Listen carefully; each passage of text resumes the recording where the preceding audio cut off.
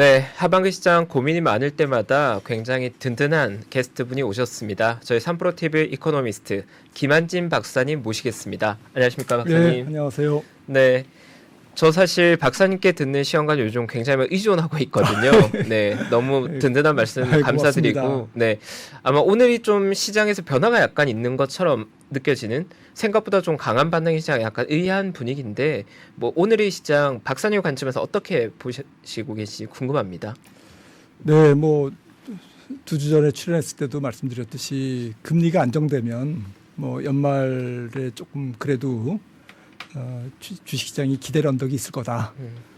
쉽게 말씀드려서 연말 랠리가 가능하다. 뭐 또 조건이 하나 있죠. 기업 실적이 좀 부러지지 않아야 되죠. 적당히 나오고 금리가 떨어지면 좀 주식시장의 운신의 폭이 좀 있지 않을까라는 게 이제 저 평소의 생각이고요. 네. 어제 이제 FOMC 이후에 장기물 금리가 떨어졌기 때문에 시장이 거기에 대해서 환호를 했고요. 말씀 주셨듯이 어제가 조금 중요한 날이었던 것 같아요. FOMC도 FOMC지만 금리가 상당히 좀 그 위험한 지역에 있었거든요.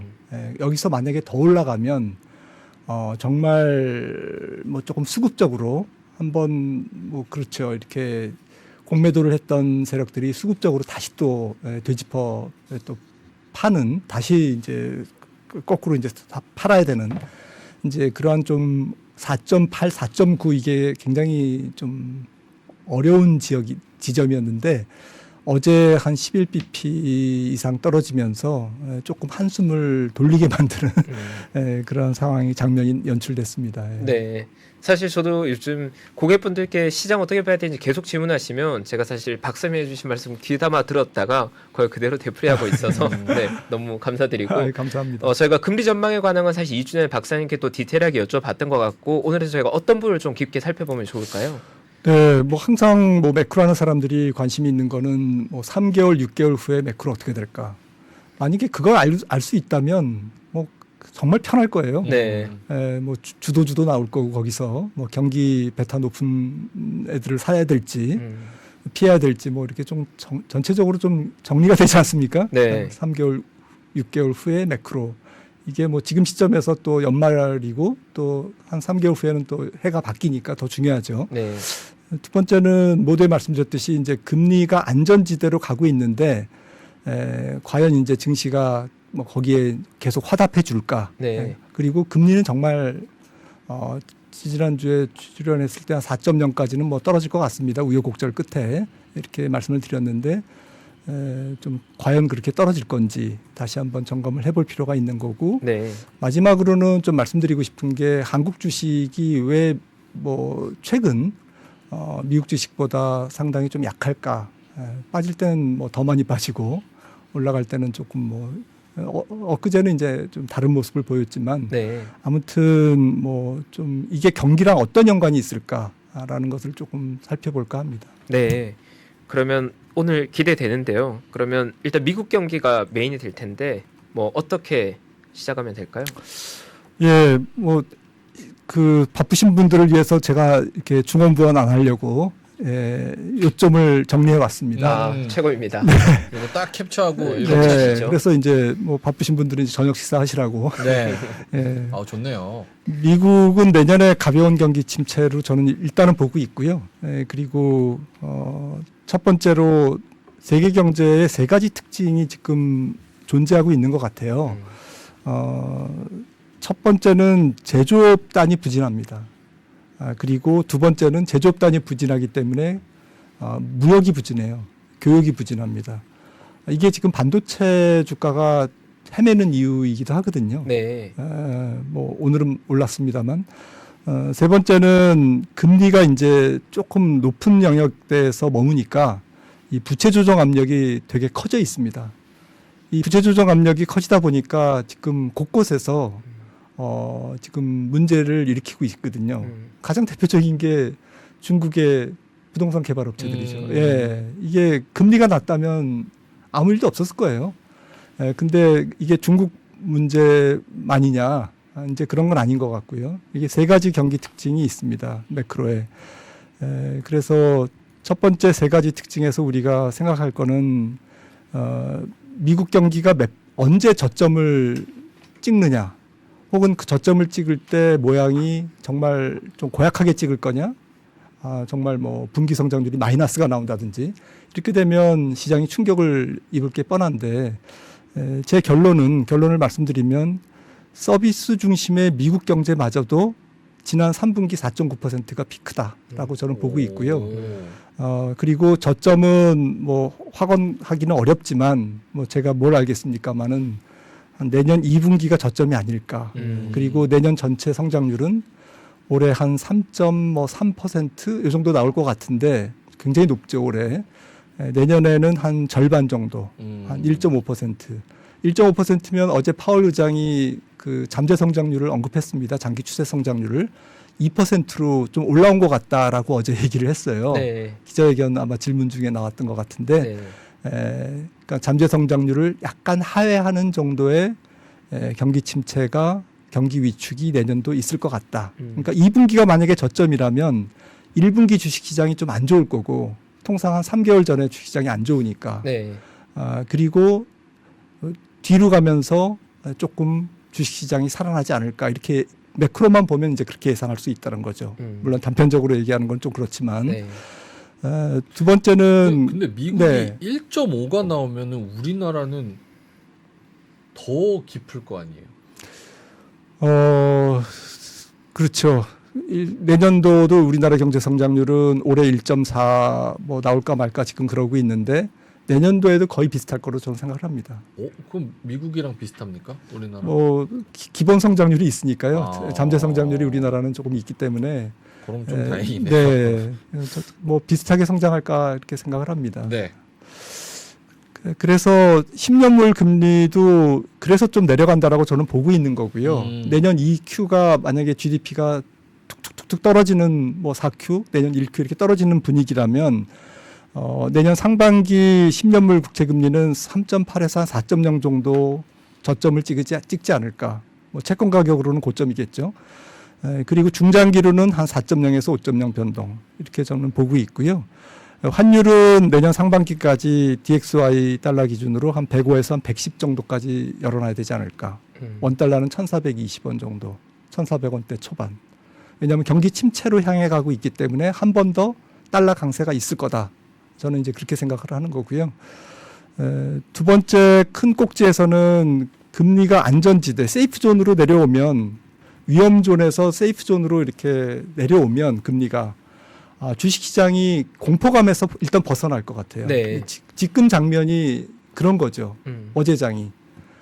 이게 한 5% 다시 넘는 거 아니야? 이렇게 생각했다가 한 10bp 이상 떨어지니까 이게 조금 안전지대로 가고 있구나. 안도 랠리가 나온 거거든요.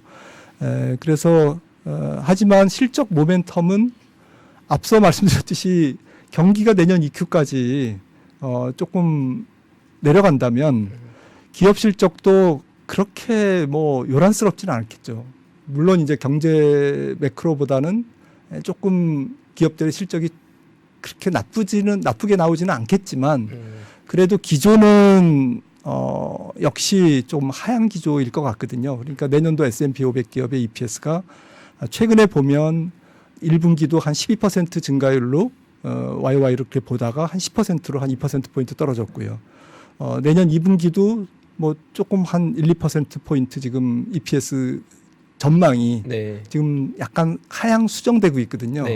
저는 이제 그게 맞다고 봅니다. 내년 전체로 올해보다 S&P 500 EPS가 한 12% 증가는 너무 매크로 단에서 볼 때는 낙관적인 전망이고, 이게 한 8, 9%, 7, 8% 정도까지 내려올 가능성이 있다라는 거고, 그것 때문에 사실은 1분기에 좀 주가 조정이 내년도에 있을 가능성이 있다라는 거죠. 경기 침체를 좀 미리 선반영해서, 또 기업 실적을 선반영해서. 그래서 내년 2Q까지 지수로는 크게 먹을 거 없다. 저는 그렇게 봅니다. 근데 지금 뭐 결론적으로 많은 분들이 매크로에 지금 관심도는 조금 떨어졌지만, 저는 역시 이번 4분기도 또 내년 상반기까지 매크로 지표보다는 메가테크 기업 실적이 훨씬 더 중요할 것 같아요. 오. 그게 잘 나오면요. 매크로 지표 조금 안 나와도요. 오히려 좋아합니다. 시장은. 그럴 것 같아요. 네. 왜냐면 매크로 지표 안 나오면 뭐 연준이 피벗 조금 빨라지겠네? 그거는 오히려 조건 충족이 되는 거고. 네. 근데 기업 실적은 안 망가져. 그것보다 더 좋은 일이 어디 있습니까? 그 뜻은 내일 애플 실적이 만약에 조금이라도 실망스럽다면은 또 아작날 수도 있다. 네. 그래서 지금은 살얼음판을 걷고 있어요. 사실은. 지금 주식시장 보면 되게 조금 거칠잖아요. 맞습니다. 그 이유가 지수로는 먹을 게 없기 때문에 그래요. 저는. 금리가 높기 때문에. 금리가 조금 더 내려와주고 기업 실적이 조금 더 신뢰감 있게 나온다면 시장은 이들 종목들이, 메가캡 종목들이 거의 좌지우지하겠죠. 쥐락펴락할 것 같습니다. 근데 아무튼 제 생각에는 시청자분들이 좀 매크로 지표보다는 기업 실적에 조금 더 초점을 두시는 게 네. 지금 한 4분기를 대응하는 지혜이지 않을까라고 생각을 하고 있고요. 특히나 너무 넓은 범위의 기업들보다는 메가캡, 메가캡. 네, 미국의 예. 주도주들. 메가캡 종목들이 8개, 9개 종목들이 시총의 30%를 차지하고 S&P 500 기업의 이익의 5분의 1을 차지하는데 네. 그것보다 더 중요한 게 어디 있겠습니까? 맞습니다. 애플 실적 하나가 뭐 시장을 쥐락펴락하는 세상인데요. 매크로 지표 어지간한 매크로 지표 하나보다도 훨씬 더 중요하죠. 네. 기업 실적 자체가 매크로가 되는 세상. 네. 그렇구나. 그래서 마지막으로 이제 세 번째 한국 주식을 좀 언급드린 거는 네. 일단은 4분기에는 한국 증시나 미국 증시나 모두 인플레이션의 내성이 있고 피어 대비 경쟁 기업 대비 밸류에이션이 낮은 우량 성장주에 집중해야 될 것 같아요.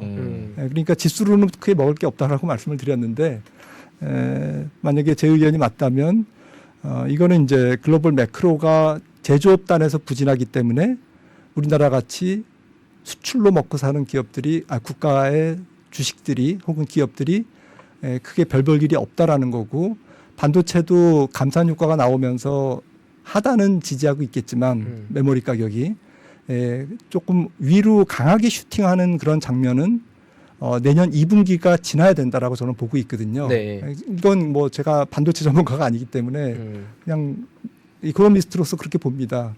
만약에 2분기 내년에 기업 전체적인 글로벌 경기가 저점을 찍는다면 그게 통과될 때 비로소 반도체도 그러니까 글로벌 제조업 PMI 같은 게 올라와야 된다라는 거죠. 그리고 교육이 살아나야 된다라는 거죠.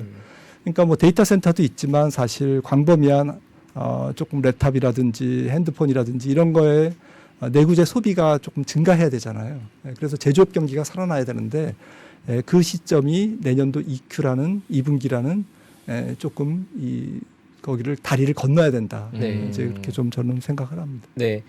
저는 사실 박사님께서 방금 원페이지로 정리해 주신 내용이 저희 투자자들이 시장에 참여하면서 내년의 지형도를 그릴 때 굉장히 도움이 되는 내용이라고 생각을 합니다. 근데 이제 제가 다소 궁금한 부분은 많은 전략가들이 이야기하는 것이 내년 시장이 뭐 나쁘지 않은 평이한 시장이거나 아니면 약간 못한 시장인데 문제가 되는 건 파국의 리스크가 있는, 예를 들어서 중국 혹은 이탈리아 같은 국가들에서 심각한 위기 형태가 나올 리스크가 조금은 커지고 있다는 우려를 전한 분들이 최근에 많은 것 같은데 이코노미스트인 박사님의 관점에서는 그런 중국이나 이탈리아발 극단적인 뭔가 리스크가 발생할 가능성이 조금은 높아지고 있는 국면으로 판단하고 계십니까?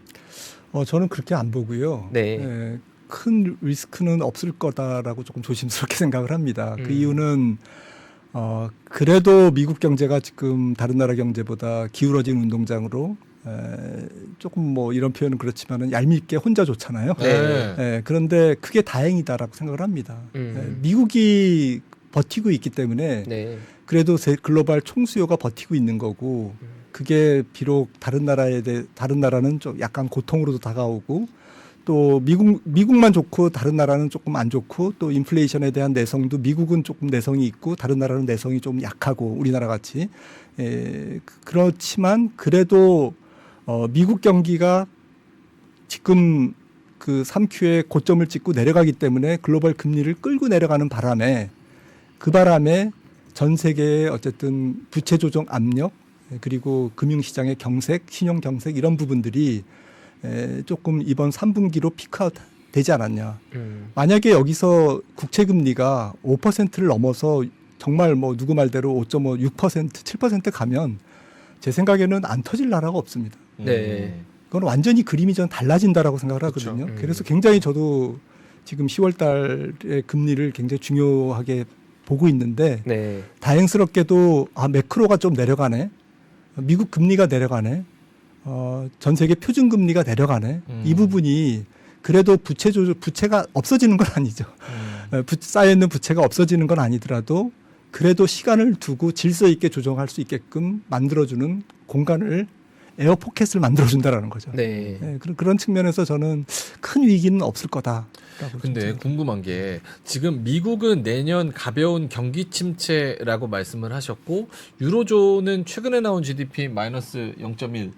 뭐 물론 인플레이션도 뭐 2.9, 2.8 이쪽으로 내려가기는 했지만 미국이 만약에 자기들이 가벼운 경기 침체면 얄밉게 혼자서 살자고 저러고 있는 마당에 그러면 파월이 얘기한 하이어 앤 롱거가 더 길게 지속되는 거 아닌가? 왜냐면 미국 생각에는 나는 금리를 인하할 생각이 전혀 없는데 니네 죽고 말고 내가 무슨 상관이야? 이러면 다른 나라들은 그 고통 속에서 그 부러지는 거를 좀 감내하고 있어야 되는 시간이 길어지는 건 아닌지라는 고민. 그거는 좀 길어지겠죠. 네. 예, 뭐 어제 파월 의장도 2% 인플레이션 목표에 가는데 조금 시간이 걸릴 거다. 멀었다 이제 그렇게 얘기를 했는데 한 뭐 2%가 뭐 어쨌든 뭐 내년도에 달성할 그 인플레이션 수치는 좀 아닌 것 같고 해를 넘겨야 될 것 같거든요. 2025년 그 정도로 내년도에 미국 경제가 조금 내려가더라도 분기 성장률이 2분기에 조금 2%를 하회한다는 거지 나머지 분기는 2% 이상일 것 같다라는 생각이 듭니다. 네, 그래서 인플레이션이 9.1%에서 CPI가 지금 4% 뭐 3.5%까지는 3.7%까지는 그래도 비교적 빠른 속도로 내려왔지만 3%대 중반에서 2% 가는 것은 굉장히 길고 지루할 거다라는 거고요. 그거는 조금 구조적인 미국 고용 시장의 조금 탄탄함, 타이트함 때문에 지금 생기는 문제고 그래서 말씀 주셨듯이 다른 나라의 고통은 금리 때문에 훨씬 더 클 수 있죠. 그런데 여기서 조금 구별해서 봐야 되는 것은 미국 경기가 지금 좋은 것은 서비스업 경기지 네. 제조업 경기가 아니거든요. 그러니까 이미 전 세계 제조업 경기는 다 내려와 있다는 거죠. 다 내려와 있는 데서 올해도 안 좋고 내년 상반기도 조금 안 좋은 그러한 뭐 L자형이라고 그럴까 이런 상황이지 미국 경제가 내년도에 성장률이 떨어진다고 그래서 더 안 좋아지고 물론 뭐 조금 안 좋아지겠지만 그렇게 지금 굉장히 높게 형성돼 있는 제조업 경기가 내년도에 내려온다라고 보기는 좀 어렵거든요. 네. 이미 제조업 경기는 내려올 만큼 내려왔습니다.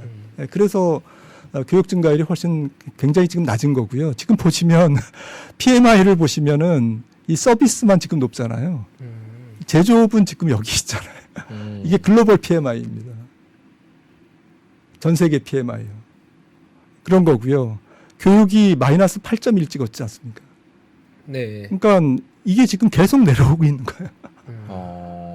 이런 상태니까 사실은 수출이 플러스 나는 게 신기한 거죠. 지금. 그러니까 그렇네요. 지금 전 세계 경기는 완전히 이원화돼 있다라는 거예요. 미국은 서비스업 경기로 지금 버티고 있는 거고 지금 ISM도 제조업은 지금 50을 기준선을 하회하고 있잖아요. 서비스는 지금 52 기준선을 상회하고 있는데 서비스가 버티고 있는 거죠. 그러면서 이제 내년 상반기는 얘와 얘가 같이 또 이게 부진한 같이 사이좋게 부진한 이제 그런 국면이 될 거라는 거고요. 그러니까 사실은 이미 나빠진 제조업 경기는 뭐 그냥 계속 그냥 그래 뭐 계속 나빠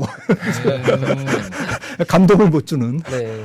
그래서 저는 이제 이 GDP 기여도를 보면은 재밌어요. 지난 3Q GDP 지난주에 나왔나요? 파월 의장이 어제 그런 얘기를 했습니다. 더 느린 성장을 기대한다. 저는 이 지표를 보고 아마 파월 의장이 혹은 연준 인사들이 이거 GDP 떨어지겠네 이렇게 볼 것 같아요. 제가 읽는 지표가 맞다면 왜냐하면 이게 컨슈머 스펜딩인데 소비 지출인데 소비 지출이 지금 4.9% GDP에 2.7%를 지금 기여했잖아요. 네. 그러니까 거의 절반 이상을 얘가 기여한 거고요. 그리고 재고가 기여했잖아요. 재고는 기업들이 생산을 많이 해서 쌓아놓은 거잖아요. 네. 그러니까 다음 분기에 생산은 줄 거라는 거를 예고하고 있습니다. 그래서 생산 줄지요. 좀 소비 줄지요. 소비는 왜 줄냐? 지금 실질 밑에 있는 것이 실질 가처분 소득 증가율인데 지난 1Q부터 2Q 계속 이 빨간색 선입니다. 리얼 DPI 가처분 소득 네. 미국에 이게 마이너스 0.1 찍었거든요. 지금 3Q에. 그러니까 물가가 지금 내려오고 있지만 아직까지도 개인들의 실질 소득을 네. 물가가 계속 깎아먹고 있다는 거죠. 음. 그러니까 재고 많이 늘어서 4분기 4.9 생산 줄고 다음 분기에 그다음에 소비 지출 4.9에서 2.7%포인트 차지했던 3Q 소비 지출이 좀 줄겠네. 그런데 어제도 파월 의장이 얘기했지만 경기가 위축될 가능성이 높은 이유가 높은 금리가 일을 하고 있다는 거죠. 네. 거듭 말씀드리지만 어떻게 일을 하고 있느냐. 지금 이게 IMF 10월 자료인데 론 디맨드예요. 기업들의 대출 수요가 이렇게 감소하고 있어요. 제조업단에서 재고가 쌓이고 안 팔린다는 얘기거든요. 그리고 이스라엘 하마스 전쟁도 영향을 줬겠죠. 잘 모르니까 지금 이런 것들이 다 나타날 거고요. 그다음에 글로벌 론 스탠다드 이거는 타이트한 쪽으로 움직이고 있잖아요. 그래서 제 생각에는 점진적인 경기 위축의 가능성은 이런 지표들로 충분히 우리가 예상해 볼 수 있습니다. 네. 그런데 아까 말씀 주셨듯이 그런 위험이 어느 정도일 거냐. 네. 정말 뭐 부채가 좀 완만하게 조정도 안 되고 뭐 부러지고 CDS 같은 거 뭐 팍 튀고 뭐 그런 상황은 지금 그런 얘기가 나올 만도 해요. 그런 얘기가 나오는 게 당연합니다. 이걸 보시면은 이게 지금 글로벌 기업들의 채권하고 론 만기를 표시한 거거든요. 근데 이게 제일 밑에 있는 게 녹색이 미국이고요. 미국. 그다음에 다른 선진국이고 빨간색이 파란색이 차이나입니다. 그리고 나머지가 다른 이머징 마켓 국가들이거든요. 이게 총체적으로 내년 후년 계속 높잖아요. 만기가 다가오는 글로벌 기업들의 부채인 예. 거죠? 예. 물론 많은 기업들은 롤오버 하죠. 네. 채권도 차원 발행하고 그러겠지만 모든 기업들이 그러겠습니까? 금리가 안 떨어지면 그렇죠. 문제가 문제가 생긴다라는 얘기고 그래서 실제로 지금 미국도 이게 연체율입니다. 연체율이 부도율이에요. 부도율. 예, 부도율이 올라오고 있고 지금 이렇게 다이아몬드색으로 표시된 게 신평사들이 회사채 업그레이드 다운그레이드 상대 비율이에요. 이게 업그레이드 비율이 떨어지고 있고 다운그레이드 비율이 늘어나고 있다는 거죠. 언제부터? 오래전부터. 근데 내년도에 매크로 환경이 조금 더 안 좋아진다? 그러면 기업들의 캐시플로우가 쫄리기 때문에 신평사들은 더 다운그레이드하고 디폴트 레이트는 더 올라갈 거고 그러면 부채 조정을 하는데 몇몇 기업들은 희생양이 나오겠죠. 그래서 이거는 불가피한 거예요. 거기서 도미노 효과는 제한적일 거라고 보시는 건가요? 아무도 모르죠, 사실은. 네, 아무도 모르는데 그래도 미국 경제가 2%대 내년도 성장을 하고 나머지 나라들이 올해 고금리 때문에 고생을 했는데 내년도에 고금리에서는 일단 족쇄에서 좀 풀려나는 해잖아요. 예. 그다음에 계속 올해까지는 1년 반, 2년 동안 금리를 ECB도 계속 올렸고 네. 모든 나라들이 통화정책을 긴축적으로 끌고 가면서 이 긴축적으로 끌고 간 거기에 대한 효과가 지금에서 내년까지 나타나는 거잖아요. 예, 그렇기 때문에 제 생각에는 내년도 자체는 뭐 금융 환경이 이미 올려놓은 통화정책 긴축 지속적인 뭐 그런 금리 인상 때문에 네. 영향을 받지만 전체적으로는 그래도 시장 금리 하락에 조금 한숨 돌릴 수 있는 네. 그런 환경이지 않을까라고 이제 저는 생각을 하기 때문에 이렇게 높은 산에도 불구하고 이게 조금 좀 뭉개지면서 나타나지 않을까. 하지만 전 세계의 매크로 환경은 조금 활력을 찾기가 어렵겠죠. 이 부채 조정이라는 것은 사실은 사람 자르고 투자 못하고 그런 리셔플링하는 그런 과정이기 때문에 양적 성장을 훼손하거든요. 가장 대표적인 국가가 중국일 것 같고 그래서 중국 경제 성장률도 내년도에 4%대 초반 나오면 잘 나오는 성장률이 될 것 같습니다. 내년도 중국에 대한 파국은 아니지만 기대감 역시 없는 상황으로 봐야겠네요. 네, 매크로에 대한 뭐 센티먼트가 없다 그럴까요? 네. 금리 인상 끝났죠? 저는 뭐 7월에 끝났다고 생각을 합니다. 오. 7월에 끝났고 금리가 만약에 시장 금리가 안 올라갔으면 안 끝났을 수도 있을 것 같아요. 근데 시장 금리가 올라갔기 때문에 지금 이 차트에서도 보시는 것처럼 그러니까요. 연체율 상승과 또 부도율 상승, 금융 긴축에 대한 효과가 지금 나타나고 있는 것 같습니다. 만약에 지금 금리를 또 올리면 그 효과는 내년에 나타나거든요. 네. 내년에 애드업돼서 나타나는데 그거는 연준이 좀 헷갈리죠. 그럴 필요가 있을까라는 쪽으로 지금 기우는 것 같습니다. 네. 굳이 여기서 굳이. 더. 네.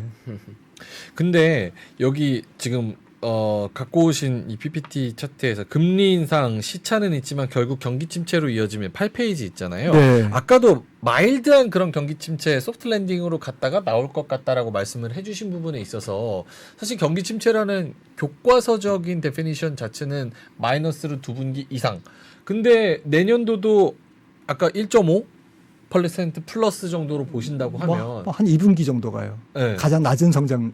그러면은 그거를 침체로 볼 수가 있어요. 마이너스 성장이 아니고 연속적이지 않은데 그거를 침체라고 그러니까 볼 가벼운 경기 위축이죠. 그 정도 수준으로. 네. 어... 어제 파월 의장이 기자가 질문한 것 같은데 경기 침체가 옵니까 그랬더니 생각하고 있지 않다. 안 올 것 같다라는 뉘앙스로 얘기하지 않았나요? 미국도 아마 연준 내부에서도 내년도 성장률을 그렇게 낮게 보고 있지는 않을 것 같아요. 현재로서는. 네. 물론 4분기에 뭔가 크게 터져가지고 무슨 금융위기가 오지 않는 한 그러면 뭐 이게 달라지겠지만 네. 아직까지는 그렇게 보고 있지는 않은 것 같습니다. 그러니까 어제 여기서 분위기는. 말하는 것은 역성장을 말하는 것이 아니라 정상값보다 조금 낮은 수준의 성장 정도로 보면 되는 거군요. 네, 그래서 아까도 뭐 질문하셨지만 결국 내년도에 좀 경기 침체의 정도에 이제 시장은 조금 굉장히 관심을 둘 수밖에 없잖아요. 경기 침체 그래 경기 위축되는 거는 뭐 그래 뭐 그래도 좋아. 그런데 크게 위축되면 안 되잖아. 이제 지금 시장은 뭐 그 조마조마하잖아요. 근데 저는 미국 경제가 앞서도 말씀드렸듯이 다른 나라 경제는 이미 제조업단이 무너져서 이미 지금 홍역을 치르고 있고 네. 그다음에 미국이 이제 서비스 중심의 경기가 드디어 이제 조금 위축되기 시작할 텐데 그나마 미우나 고우나 내년도 미국 경제가 그렇게 경착륙을 할 것 같지는 않다. 말씀 주셨듯이 뭐 마이너스 성장을 들어간다든지 2분기 마이너스 역성장을 2번 한다든지 이럴 가능성은 저는 낮다라고 보는 이유가 좀 이것 때문에 그래요. 고용 시장 때문에. 고용. 이 별나고 별난 미국의 고용 시장 때문에. 특이해요. 네. 이게 지금은 고용 시장이 경기 후행 지표가 아니라 거의 경기의 성격을 가늠하는 뭐 이렇게 잣대가 돼 있어요. 네. 저는 이 지표가 미국의 가볍고 짧은 경기 위축을 예고하는 지표라고 생각을 합니다. 이게 뭐냐면 그 노동력이 얼만큼 부족하냐 남느냐라는 거거든요. 그래서 여기 줄을 달았지만은 잡 오프닝 기업의 구인에서 그 다음에 실질 고용돼 있는 것을 이제 분자로 놓고 분모는 노동 공급, 레이버 포스를 이제 분모로 놓은 노동 공급을 분모로 놓은 노동의 이제 타이트성, 뭐 노동 시장에 인력이 남느냐 부족하냐 이거를 이제 지표를 한 건데 BCA 리서치에서 그린 건데요. 지금 50년부터 이렇게 그렸는데 이 과거의 경기 침체, 그러니까 2분기 역성장을 뿐만 아니라 엔버에서 경기 침체로 확실하게 정의한 이런 국면에 노동시장의 과잉 공급이 이 정도예요. 그러니까 뭔가 아작이 났던 거죠. 뭐 은행 시스템이든 뭐 비은행 시스템이든 뭐 기업의 부도든 뭔가 이게 시스템에 뭔가 큰 일이 일어나서 기업들이 대량 해고를 한 겁니다. 그런 시점입니다. 근데 지금은 어제 파월이 얘기했잖아요. 누가 기자가 질문했는데 실업률이 이렇게 낮은데 물가가 잡히는 것을 어떻게 생각하십니까? 그렇게 얘기했나요? 제가 잘 기억이 안 나네요. 그랬을 때 답변을 뭐라 그랬냐면은 굉장히 우리가 반기는 일이다. 그러니까 실업률은 지금 3.7인가 3.8인데 네. 물가는 지금 잡히고 있잖아요. 그것보다 더 좋은 일이 어디 있어요? 물론 이제 계속 그럴 수는 없죠. 실업률은 올라올 거고 그러면서 또 물가는 또 내려올 건데 하지만 지금 유별난 미국 고용 시장 이게 여기 있기 때문에 이 역사적 평균 이 미들 버전으로 이 중심선으로 이렇게 가면 물론 이제 뭔가 큰 은행들이 터져가지고 이렇게 갈 수도 있겠지만 서로 막말로 이렇게 간다고 해도 이런 국면은 아닐 거라는 거죠. 이게 지금 미국이 갖고 있는 노동시장의 힘이고요. 또 보다 더 구체적으로 말씀드리면 이게 그 페드에서 나온 미국의 빨간색 선이 노동 공급이고 파란색 선이 노동 수요예요. 네. 디맨드입니다. 이 차이가 300만 명이나 아직도 있어요. 이게 300만 명이면 30만 명씩 고용하면 10개월 걸린다는 얘기예요. 이게 그러네요. 해소되려면. 그러니까 뭐 내일 모레 그게 나오겠지만 비농업 일자리 수도 나오겠지만 이게 뭐 들쭉날쭉 하겠지만 그렇게 크게 무너지지 않을 것 같아요. 크게 무너지지 않는 얘기는 다른 얘기는 앞으로 한 1년 정도는 뭐 2025년은 모르겠지만 내년 정도는 이게 조금 어느 정도는 경기가 조금 건강할 것 같아요. 예상보다 좀 강할 것 같아요. 어제 파월 의장이 얘기했던 대로 네. 경제가 예상보다 강력하다. 이런 얘기입니다. 저게 강력한 또 자신감이 되는 거예요. 네네네. 더 듣고 싶은데 또 시간이 너무 없어서 벌써 시간이요? 네. 본론을 안 그럼 들었는데. 결론만 짧게 한번 네. 1분 정도는 저희가 쥐어 짜낼 수 있을 것 같습니다. 네. 제일 마지막 그래프인데요. 네. 이게 지금 나중에 시간 있으실 때 한번 보시면 이 파란색 선이 주식 위험 프리미엄입니다. 네. TR의 역수에서 10년물을 뺐는데 이게 대세 상승장에서는 이게 역축으로 그린 거거든요. 네. 이게 굉장히 높을 때, 이게 먹을 게 많을 때, 금리 대비 PR이 낮을 때, 이때 대세 상승장이 일어났어요. 근데 지금은 2008년 금융위기 때 정도보다도 더 낮아요. 왜냐하면 18.5를 1로 나누면 1 나누기 18.5배 S&P 500 PER 그러면 뭐 5.6 이렇게 될 거잖아요. 근데 지금 4.8이잖아요. 국채 10년물이. 네. 그러니까 60bp밖에 차이가 안 나는 겁니다. 이런 상태에서는 금리가 조금 내려간다고 해도 이게 역사적으로 굉장히 낮은 수준이기 때문에 주식시장이 조금 먹을 게 없다. 지수로서는 먹을 게 없다. 그래서 투자자분들이 지수 플레이 하시지 말고요. 뭐 트레이딩 하시든지 아니면 정말 조금 괜찮은 실적주들, 우량 실적주들 종목 피킹으로 대응하셔야 되는 장이 저는 올 4분기뿐만 아니라 내년 상반기까지 그럴 거라고 봅니다. 네, 박사님. 시간은 저희가 없지만 정말 짧은 질문 하나만 드리고 싶은데요. 이제 박사님의 관점에선 이코노미스트로서 현재의 현상을 보고 미래를 예측하지 않습니까? 근데 사실 투자 시장에 참여한 사람들이 약간 낙관 편향이 있어서 내년에 대한 뭔가 설렘에 대한 기대감을 자꾸 찾으려고 하는데 혹여나 현재 박사님의 관점에서 그게 변화할 만한 긍정적으로 변화할 만한 뭔가 변수 같은 게 있을까요? 뭐 예를 든다면 뭐 미국과 중국 간의 갈등이 좀 해소된 국면 혹은 러시아 우크라이나 전쟁의 해소 이러한 것들이 혹시 내년에 뭔가 훈풍이 될 만한 변수가 될 만한 것도 혹시 검토하고 계신 게 있으십니까? 뭐 러시아 우크라이나 종전이라든지 네. 그다음에 중동의 평화 이런 것들은 뭐 빅 이벤트가 되겠죠. 네. 하지만 매크로 전체를 돌려세우기에는 한계가 있을 겁니다. 쉽지 않군요. 네. 이벤트는 이벤트로 접근하자 네. 그렇게 생각을 합니다. 그럼 너무 설레하지 않겠습니다. 네. 설레발 금지. 아닙니다. 네, 설렘 금지. 알겠습니다. 오늘 요 자료는 신의 자료실에 올라가나요? 아, 그럼요. 네, 신의 자료실에서 한번 다운 받으셔서 보시면 너무 좋을 것 같습니다.